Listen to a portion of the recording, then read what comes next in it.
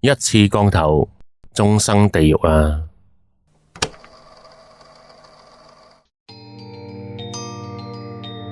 你好，我係金魚，歡迎嚟到我嘅超自然現象同埋神秘學節目。如果你鍾意聽我講故事，記得撳個 like、留言、分享、訂閱、開埋通知，亦都歡迎你留個 Super Thanks 同埋加入會員嘅。咁我而家開始講，就請你留低陪我聽到尾啦。呢個世界曾經出現過好多名句，喺近呢10年8年嚟講，我認為最實用又最能夠反映現實嘅至理名言，就係 TikTok 一響父母白養啦。呢句嘢真係冇講錯㗎。喺呢一度我就唔詳細分析呢個平台保留咁多有問題嘅內容係唔係同政治方面有關先啦。單單係嗰啲有問題嘅內容就已經夠晒泯滅人性㗎啦。除咗黃賭毒乜都齊之外，入邊嘅內容輕則就令人造成傷殘，重則就會整死人添。咁冇嘅，可能以某啲物體嘅習慣就係令到全世界立立亂，衰過自己國家，咁佢就會感覺良好。喺佢哋嚟講，做衰嘢就肯定重要過造福社會㗎啦。所以有啲乜嘢賤格無恥、違反法律嘅內容喺 TikTok 入邊出現，就一啲都唔出奇啊！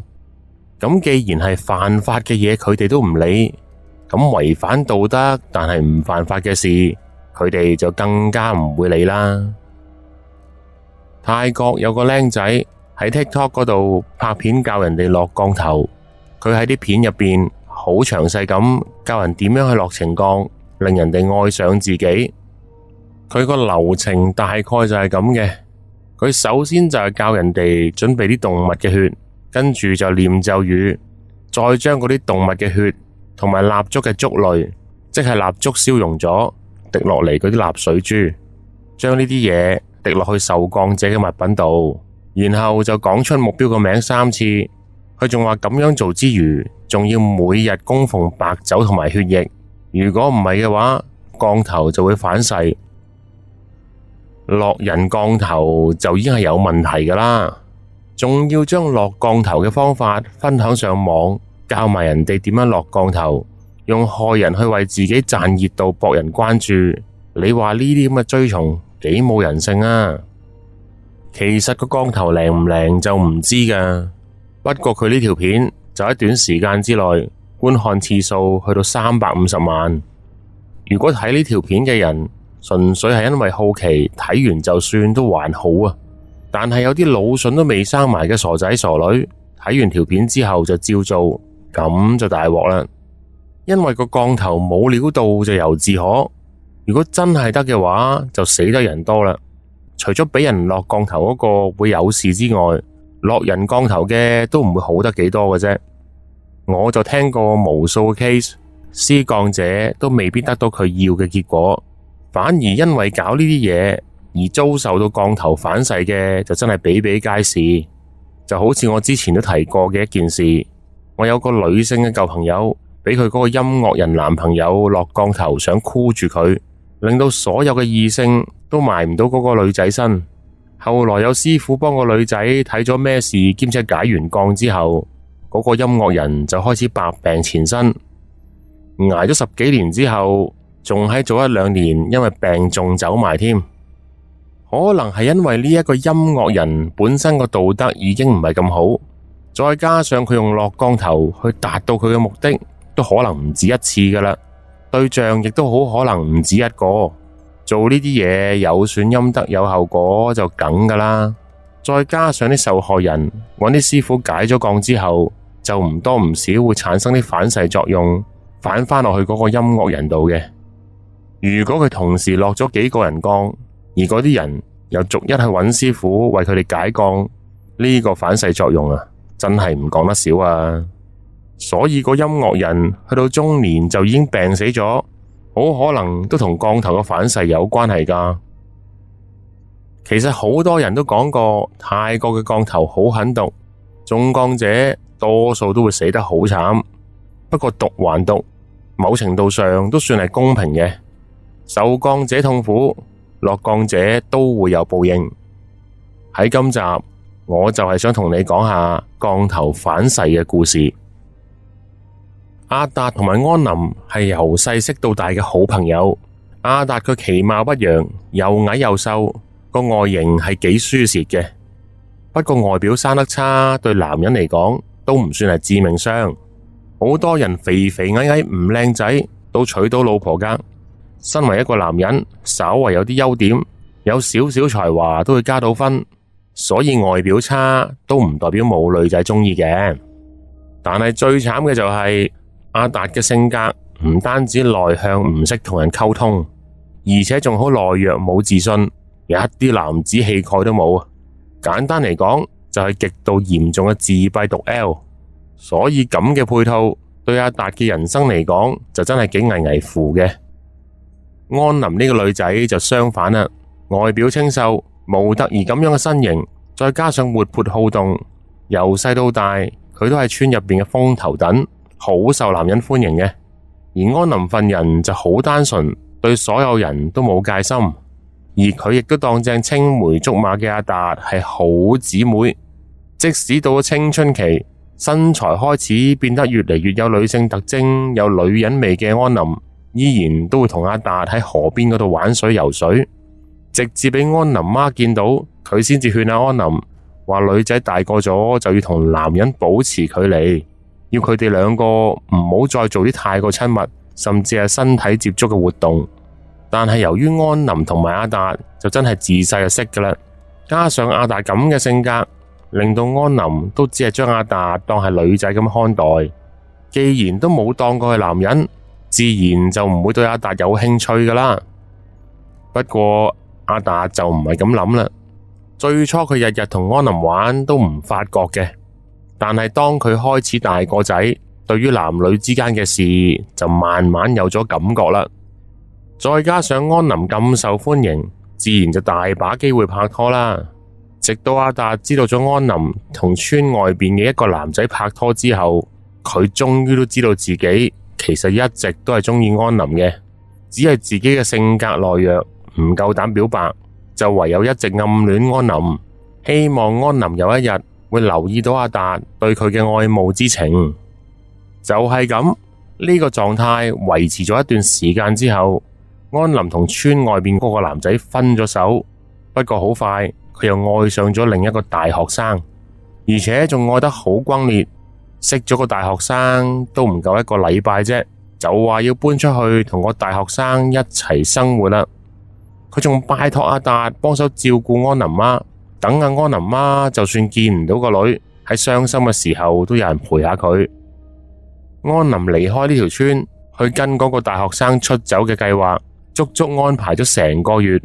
喺呢段期間，阿達都幫阿安林保守秘密，直到出走前一晚，阿達同安林就坐喺村嗰度河邊傾偈。又或者可能係因為最後一次見面啦，大家都好珍惜呢一晚。安林抬頭就望住天上面嘅星星，就問阿達話：你估我出咗去之後，仲會唔會見到好似呢條村入邊咁靚嘅星空呢？阿達就冇答到安林，佢只係對住安林笑咗一笑。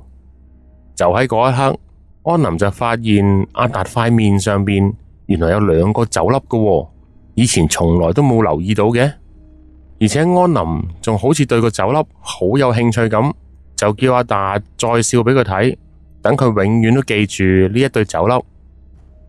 喺嗰一晚，阿達嘅笑聲笑得特別響亮，而佢兩個就係咁雙腳浸住喺河水入邊依偎到天光。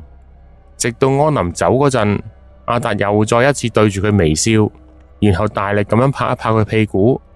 然而安林喺嗰一刻就完全留意唔到，喺阿達嘅微笑當中係滲入咗幾分詭異嘅邪氣。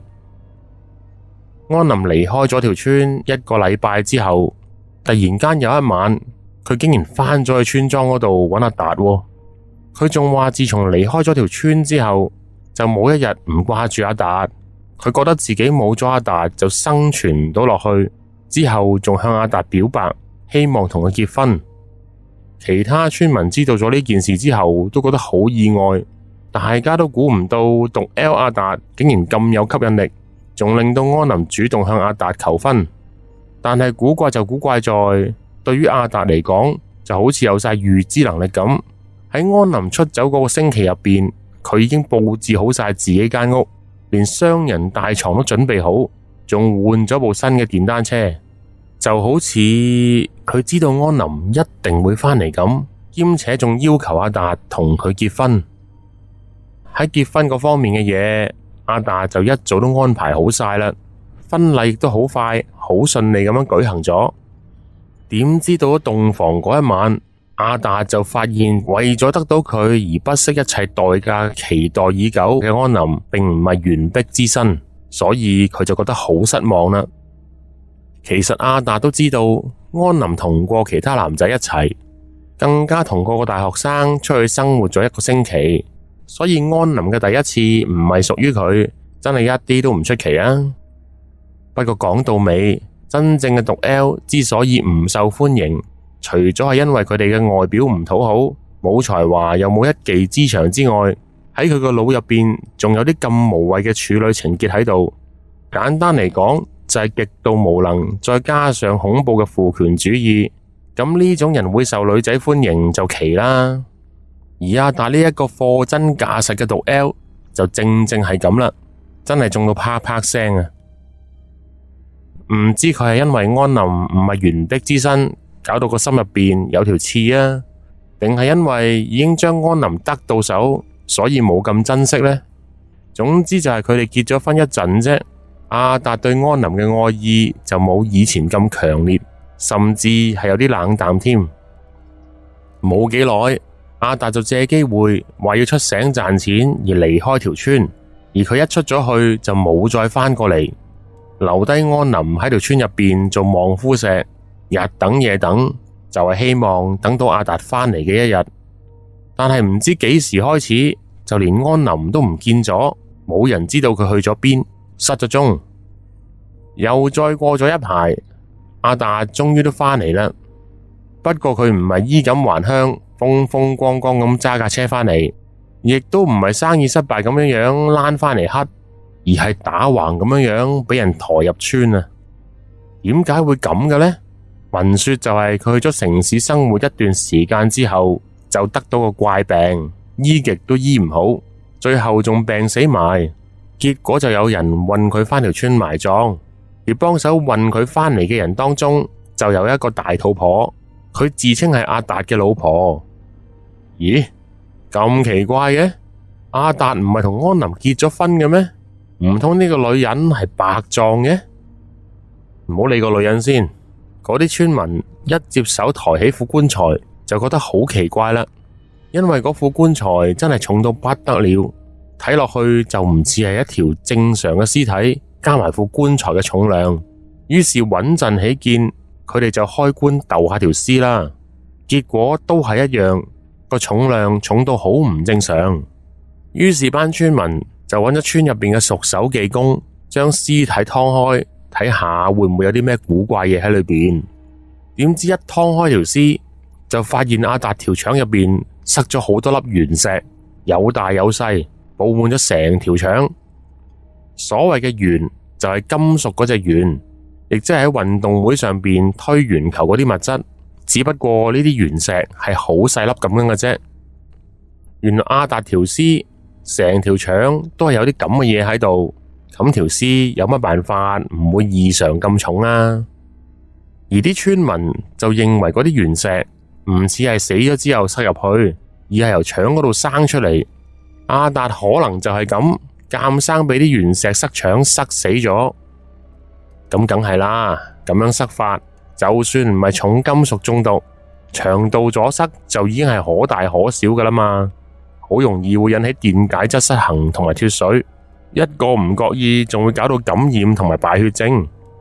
其實呢啲症狀淨係便秘都會有機會造成咁嘅，更何況裏邊塞嘅係金屬異物。村民見到咁嘅情況，矛頭就立即指向自稱係阿達老婆嘅大肚婆，就話一定係呢一個不明來歷嘅女人害死阿達。班村民仲癲到話要殺咗呢個大肚婆，為阿達報仇。當大家群情洶湧嘅時候，突然間，村入邊一個老人家就出聲啦，佢叫大家癲少陣先，呢件事唔關個大肚婆事嘅，其實就係個老人家教阿達咁做。可能喺呢個時候就有人會諗啦，唔係啩？呢個阿伯教阿達玩 SM 玩原石塞缸咁黐線，咁事實上就梗係唔係啦。個真相就係，原來安林即將要出村同阿大學生一齊生活嗰陣，阿達就求老人家指路，就問佢有咩方法可以留住安林。佢仲話自己真係好愛安林，唔可以冇咗佢。老人家見到阿達咁痴情，又死翳爛翳咁，於是就教佢落一種叫做懸降嘅降頭術啦。喺落降之前，施術者就要攞住2粒細嘅原石念咒語，持續念夠5日先至可以開始施降。而呢個懸降其實就係呈降嘅一種，施降者要將呢2粒原石嵌入自己塊面度，形成2個酒粒，再對住自己心儀嘅對象嚟一個情深嘅一笑，咁就可以虜獲對方嘅心，令佢對施術者死心塌地，至死不渝。但係其實呢一個方法係一把恐怖嘅雙刃劍，如果施術者變心愛上另一個人嘅話，佢就會俾懸降反噬，搞到搶劫原粒，掙爆而死。所以阿達有咁樣嘅下場，完全係佢咎由自取。只不過就係因為佢嘅自私，就一次過害咗幾個人啦。嗱，講真，喺呢個 AI 橫行嘅科技時代，其實泰國新一代嘅年輕人對降頭嘅存在係半信半疑嘅。我講嘅年輕新一代就梗係講10幾20歲嗰啲啦。佢哋唔單止係半信半疑啊，甚至你喺網上面見到佢哋講嘅嘢，聲稱話唔信降頭嘅，分分鐘係佔多數嘅。不過咁，人就係最自私嘅，一講到佢自身利益，包括係感情同埋愛情呢啲嘢呢，就會變到極之唔理性。本來就乜鬼都唔信，就變到乜鬼都信，甚至根本就係唔理信唔信啊。總之就有效果 work 到就得噶啦。喺泰國出名嘅網上討論區，有好多 post 都係關於愛情魔法嘅。而所謂嘅愛情魔法就梗係唔係嗰啲咩浪漫嘢，唔係啲咩童話嘢啦，而係講緊用啲超自然嘅力量去幫助佢哋自己喺感情路上面順順利利啊。咁講到泰國嘅超自然力量，唔係神佛就係降頭噶啦。而喺嗰啲貼文嘅內容入邊，都係離唔開講述同伴侶嘅關係，好多都係話佢哋嘅伴侶有咗第三者，所以分手。而普遍出 post 嘅人都話佢哋嘅感情一向都係冇問題嘅，懷疑係第三者施法搶走咗自己嘅愛人，所以佢哋就會去問啲算命師或者法科師傅，諗住去借助佢哋嘅力量去解降啦。一個人喺焦急迷失嘅時候，就好容易做錯決定嘅。嗰啲神棍就係會睇準呢啲機會，乘虛而入，順住你意，話你嘅伴侶一定係俾人落咗情降，仲話會幫你搞掂佢。但係其實嗰啲神棍都係冇料到嘅啫，佢哋根本就唔知道對方有冇俾人落降頭，純粹只係想呃下人 cap 下水。咁當然最後做完一場又一場嘅法事，氹佢哋買完一個又一個嘅護身符之後，最後錢又使咗，男朋友或者女朋友都係冇返到去佢哋身邊。當然神棍還神棍，冇降起身嗰啲，佢哋就話呃人解降啫。當然就唔代表單單嘢都係冇落到降啦。不過唔理係有落定係冇落，正如我之前所講，本來就好多人都話唔信，但係一講到話自己嘅伴侶係因為俾人落情降先至搞到分手，就好多人走去認同。而更加悲哀嘅就係，當有啲人出 post 話自己揾咗個有料到嘅巫師去幫佢成功挽回段感情嘅時候，下面就有一大扎人留言回應，跪求樓主俾嗰個有料巫師嘅聯絡方法佢哋。喺呢度就留意返，佢哋所講嘅挽回唔一定係解降㗎，調返轉頭可能係暗砍話俾人聽，係幫人落降頭箍煲㗎咋。先唔理嗰個樓主講嘅巫師係咪真係有料，定係只係嗰啲巫師揾人幫佢宣傳自己。最重要嘅就係平時就個個都話唔信降頭，一去到利益關頭，甚至只係箍下煲，又或者想得到自己中意嘅人，就一大扎人衝出嚟想揾嗰啲巫師落降。咁當然呢兩種人就未必係同一個人，但係由此可見人類係幾咁自私，同埋喺利益面前道德呢一家嘢係幾咁不堪一擊嘅呢。亦都係因為有咗呢一種自私嘅害人之心，先至會容易俾嗰啲心術不正嘅巫師埋到身。最重要嘅就係俾人呃錢都算事小，一個唔好彩，分分鐘就搞到連命都冇啊！占差係一個同性戀者，佢同另一位男士阿登係識咗好多年嘅朋友。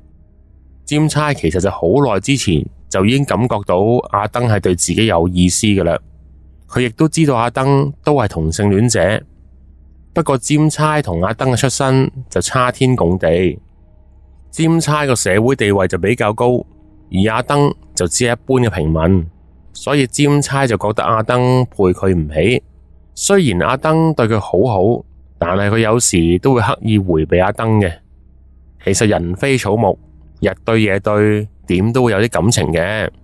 更何況阿登對占差嘅關懷真係無微不至，所以最終都打動咗占差，兩個就喺埋咗一齊。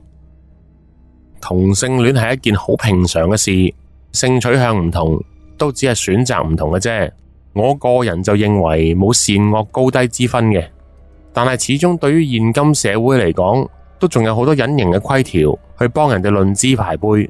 亦都因為咁，由於占差嘅身份同埋地位嘅問題，無奈地係唔可以公開自己嘅性取向，而呢一點阿登都理解同埋接受。當佢哋一齊咗之後，好快就開始咗同居生活。當然喺經濟上面嘅嘢就係由占差提供噶啦。有一日，阿登突然間就提出分手同埋決定搬啦，而個理由呢，就係冇理由嘅。因為呢件事係由占差自己講出嚟，如果係因為佢自己有問題搞到激嬲咗阿登，又或者阿登係頂佢唔順要分手嘅話，自然佢就唔會爆自己啲衰嘢啦。咁點解我會懷疑係佢自己有問題而特登唔講自己啲衰嘢呢？聽埋跟住落嚟，占差向阿登提出嘅分手條件，你就明我講咩噶啦。占差就同阿登講話，如果佢決定咗離開占差嘅話，就要還返佢哋而家住緊呢層樓嘅一半供款。咁阿登就冇答應到佢呢個要求，直接就走咗，冇再理阿占差。其實佢哋又唔係結咗婚，又冇啲乜嘢協議，一掟煲就話要攞返一半供款，一係就反映咗占差係一個市儈佬兼小氣鬼，又或者係佢戇居到以為用咁嘅方法，阿登就會因為負擔唔起就可以逼到佢唔分手啦。誰不知阿登咁決絕，睬都唔睬佢啊！失去咗阿登嘅占差，食唔安，瞓唔落。佢有試過打俾阿登箍煲，但係唔知係咪因為佢太過煩，最後連電話都俾阿登 block 埋啊！占差就好想阿登返返去佢身邊，所以就決定用最後手段，就係落阿登情降，令佢回心轉意。於是佢就四圍問一啲對呢方面有研究嘅朋友，希望可以揾到一個幫到佢嘅巫師。最後就經朋友介紹咗一個人，呢個人就冇講到自己係巫師定係僧侶，淨係知道佢喺緬甸嗰邊學過占星術。而占差對於呢方面就不嬲都冇研究，亦都冇興趣。目標為本嘅佢，只係想盡快達到目的咁嘅啫。呢個占星師就同佢講，就話可以幫佢揾返阿登返嚟，而且呢個方法就係唔牽涉任何邪門鬼怪嘢嘅，叫阿占差唔使擔心。占差聽到咁就梗係好放心啦，立即就同意呢個人去幫佢啦。占星師就叫占差準備一張同阿登影嘅合照，同埋寫低佢自己嘅生日日期。而喺施法嗰陣，占星師就只係叫占差靜坐冥想，喺成個過程當中就冇念過任何咒語，睇落去就好似好流咁啊！所以做完呢個儀式之後，占差都好懷疑究竟係有冇效嘅。但係又好神奇，過咗1個月之後，阿登竟然主動聯絡返占差，於是佢哋兩個又喺返埋一齊啦。占差就梗係好開心啦，佢仲打電話俾嗰個占星師多謝佢，而呢個人就同佢講，記住以後就要做多啲功德啦。做完呢個儀式，阿登返去佢身邊之後，跟住就係泰國嘅新年啦。不過就唔知點解，一踏入泰國嘅新年，占差就覺得好運滯。喺新年嘅第一日，占差就遇到騙子，俾人呃咗一大筆錢。第二日，占差坐咗喺屋企門口，無啦啦就有架車衝埋嚟撞佢。雖然最後都冇咩大礙，不過占差就覺得好唔尋常啦。而阿登亦都喺呢一日俾燙斗辣親大髀。到咗新年嘅第3日，占差喺瞓覺嘅時候，仲發夢見到一個細路仔，就話要跟住佢，個情況都幾詭異恐怖嘅。新年流流，連續發生咁多怪事，占差就覺得好唔妥啊。於是佢就打電話揾返嗰個占星師，就問佢點解會發生啲咁嘅事。當然啦，唔理嗰個人事實上係幫佢落降頭又好，定係用緊啲巫術巫毒去幫佢都好，就梗係死口唔認占差家陣瀨晒嘢，係同佢做嗰啲儀式有關啦。佢就堅持同阿占差講，純粹只係占差自己唔好彩啫。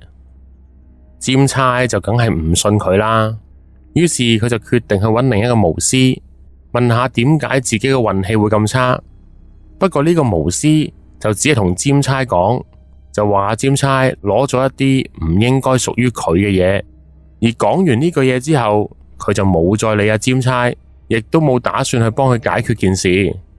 呢一個巫師有錢都唔揾，咁就只係得2個可能性嘅啫。一係就呢單嘢就算幫咗佢都冇肉食，一係就呢單嘢好棘手，分分鐘佢接咗嚟做，就連個巫師自己都會舐埋嘢。而占差係有錢嘅，所以好大機會係個巫師萬一真係幫咗占差嘅話，就連佢自己都唔能夠全身而退啊！去到呢個位，占差就梗係驚啦，因為佢揾咗好耐都仲未揾到有人肯幫佢。無奈之下，就唯有上網去討論區出 post 求救，就問網友點算啦。有網友就覺得占差同阿登嘅緣分一早就已經完結咗，而占差就硬揾人施法去將佢哋2個拉返埋一齊。咁即係正如嗰個巫師所講，占差去強求一啲唔屬於佢嘅嘢啦，所以搞到個人運氣越嚟越差，就真係一啲都唔出奇啊！而啲網友除咗猜測個成因之外，有啲熱心啲嘅，仲會提出一啲解決嘅方法。只不過自此之後，占差就冇再喺呢個 post 度講嘢，甚至就冇再喺呢個論壇度出現啦。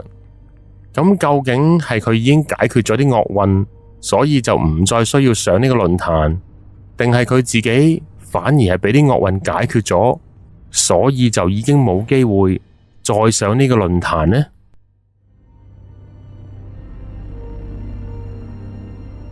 今次就講到呢度先，多謝你嘅收聽。如果你有嘢想分享，就請你聯絡我。有咩想聽就講我知。我哋下次再見啦。